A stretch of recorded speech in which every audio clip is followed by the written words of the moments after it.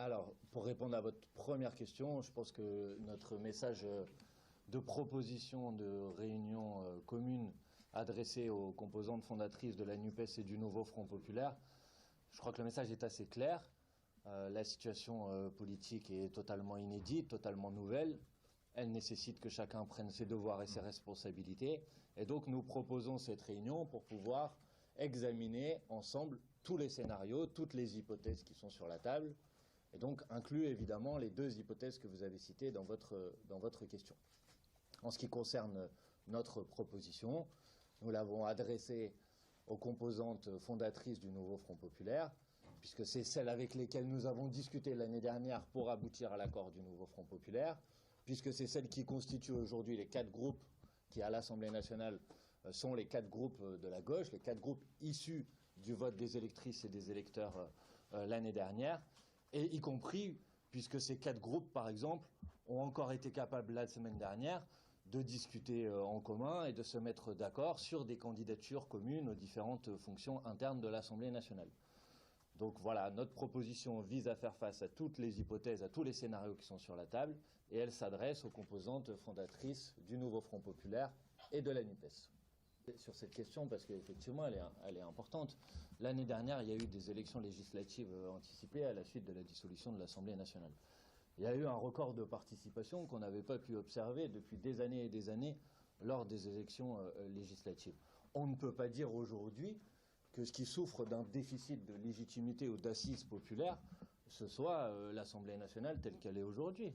S'il y a aujourd'hui un problème de légitimité, et c'est ce que disait Jean-Luc Mélenchon dans son propos introductif, c'est parce que vous avez un président de la République qui a perdu l'ensemble des élections et qui continue à essayer d'imposer la continuité de sa politique, alors qu'elle a été battue dans les élections, alors que les différents gouvernements qu'il a mis en place, ça fait désormais 3 en un an, ont été soit renversés par une censure, soit ont anticipé leur renversement en démissionnant ou en demandant un vote de confiance. Et donc si aujourd'hui vous voulez apporter une solution, que ce soit une solution claire, franche et massive à la situation de blocage que connaît le pays, ça passe nécessairement, de notre point de vue, par permettre un moment de respiration démocratique, une élection présidentielle anticipée, qui permet ensuite aux électrices et aux électeurs de choisir franchement quel est le chemin que le pays doit prendre. Imaginez un instant que dans l'hypothèse d'une dissolution de l'Assemblée nationale, nous revenions à une Assemblée nationale dans laquelle aucune formation politique ne dispose de la majorité absolue ou aucune coalition ne peut gouverner. Alors quoi? Nous allons vivre encore pendant 2 ans au rythme de 3 gouvernements qui tombent chaque année.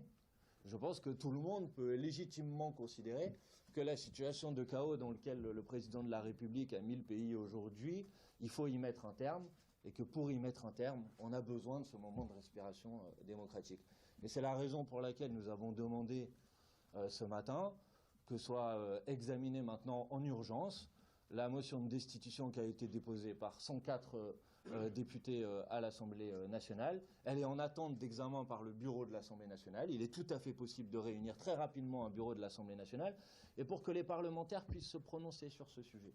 Je crois que c'est vraiment nécessaire si on veut être en mesure de sortir le pays de la situation de blocage dans laquelle il est. Bonjour, Alors, on ne va pas faire la réunion avant que la réunion ait lieu, mais on peut quand même répondre à vos questions. vous savez ce que vous voulez leur dire. Évidemment que, puisqu'il s'agit d'examiner l'ensemble des hypothèses sur la table, on disait tout à l'heure que la motion de destitution, aujourd'hui, elle est signée par une majorité des députés du nouveau Front populaire, et j'imagine que les derniers rebondissements et le spectacle pitoyable et pathétique auquel on a assisté ces derniers jours autour de la composition du gouvernement de M. Lecornu et la forme de bras d'honneur, en quelque sorte, que le président de la République, Emmanuel Macron, a infligé au pays, va peut-être convaincre un certain nombre de personnes qui, peut-être dans un premier temps, étaient dubitatifs sur l'opportunité de cette motion de destitution, de la soutenir désormais. Donc effectivement, ça participera des éléments de la discussion. Quant à l'hypothèse d'une éventuelle dissolution de l'Assemblée nationale, je vous renvoie à la proposition que nous avons faite, y compris par l'intermédiaire de Jean-Luc Mélenchon à la Fête de l'Humanité.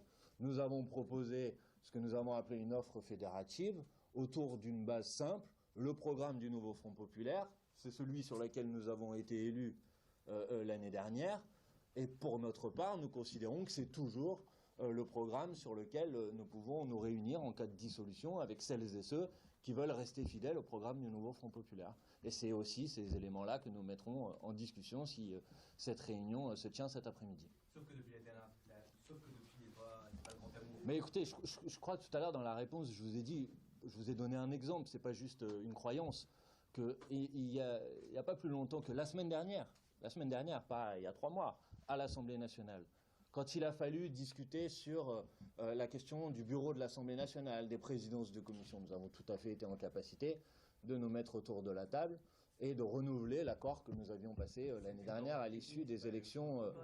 C'était assez politique. Vous savez, qui va être le président de la commission des finances? Mon collègue Éric Coquerel ici présent. Qui va être le président de telle et telle commission de l'Assemblée nationale ou qui va être vice-président de l'Assemblée nationale? Comme ma collègue Clémence Guettet ou Nadège Mangoli qui n'est pas avec nous aujourd'hui.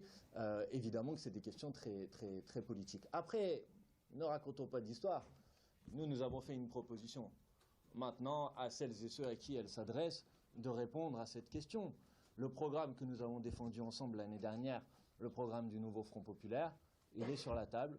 Pour notre part, ça reste notre boussole programmatique.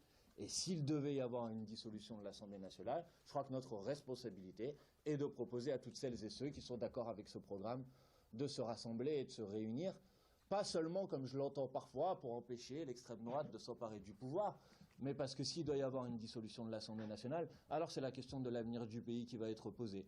Et dans cette hypothèse-là, c'est la question du pouvoir qui sera posée. Et nous considérons que dans ce cas-là, on doit rentrer dans cette bataille électorale avec des propositions qu'on a à faire au pays pour pouvoir le gouverner dans quelques semaines ou dans quelques mois. Ils ont répondu, les autres partis de gauche, à votre invitation déjà? J'ai lu un communiqué des écologistes dans lequel ils affichent aussi une volonté et une démarche visant à ce que tout le monde puisse se rencontrer. Donc je le prends positivement. Ça veut dire que nous sommes déjà 2 formations politiques à souhaiter que cette réunion puisse se tenir parmi les composantes fondatrices du nouveau Front populaire. J'ai lu ou j'ai entendu le parti Génération dire qu'il était aussi favorable à ce que cette réunion puisse se tenir. Ça fait donc 3, puisqu'il y avait 5, au moment de la NUPES par exemple, il y avait 5 composantes fondatrices, ça fait donc 3. Et je crois savoir que du côté communiste, j'ai vu un certain nombre de députés communistes soutenir aussi cette proposition. Donc je crois que les choses avancent progressivement et j'espère que cette réunion pourra se tenir le plus rapidement possible. Vous n'avez pas évoqué du coup J'avais l'impression d'avoir été clair, mais je vais le refaire. Mais moi, vous entendez que je ne peux pas décider à la place des autres organisations politiques de quelles seront leurs positions. Vous avez demandé quelle est notre position à nous. Notre position à nous, comme je l'ai dit tout à l'heure, c'est y compris celle qu'on a déjà remis sur la table il y a quelques semaines au moment de la fête de l'humanité. Nous proposons aux différentes formations politiques qui sont d'accord pour se réunir sur la base du programme du nouveau Front populaire de présenter des candidatures communes porteuses et porteurs de ce programme.